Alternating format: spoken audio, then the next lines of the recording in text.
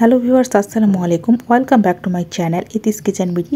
আজকে আপনাদের সাথে হোয়াইট পুডিংয়ের একটা রেসিপি শেয়ার করতেছি। আমার চ্যানেলে ক্যারামেল পুডিংয়ের রেসিপি আছে, আজকে আপনাদের সাথে এই হোয়াইট পুডিংটা শেয়ার করতেছি।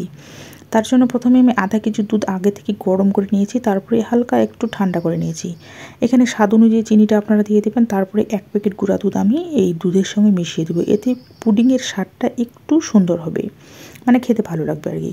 একটা হ্যান্ড মিক্সার দিয়ে খুব সুন্দর করে এটা মিক্সড করে নিতে হবে।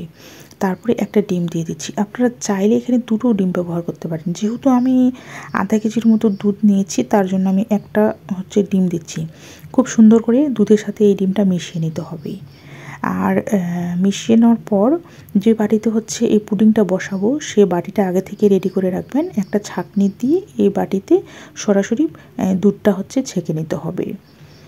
দুধটা ছেঁকে নিলে হয় কি, যে পুডিংয়ের ভিতরে যে ছিদ্রগুলো হয় সেটা সেরকম হবে না, ছোট ছোট ছিদ্র হবে।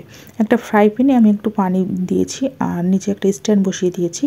যখন পানিটা এরকম ফুটতে শুরু করবে, ঠিক সেই মুহূর্তে এখানে পুডিংয়ের বাটিটা দিয়ে দিতে হবে। উপরে একটা ঢাকনা দিয়ে দিলাম, একটা পাথর চাপা দিচ্ছি যেন পানিটা ছিটকে না আসতে পারে।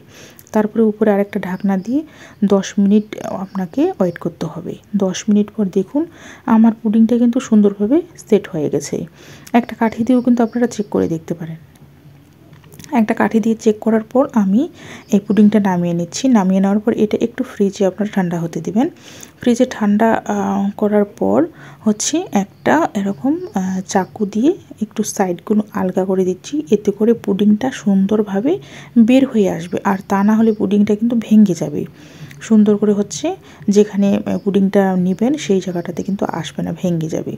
সাইডগুলো একটু আলগা করে নিয়েছি, তারপরে একটা প্লেটে এরকম পরিবেশন করেছি। দেখুন কত সুন্দর হয়েছে, অনেক সুন্দর হয়েছে। আপনারা বাসায় এইভাবে ট্রাই করবেন, সবাই খেতে অনেক পছন্দ করবে।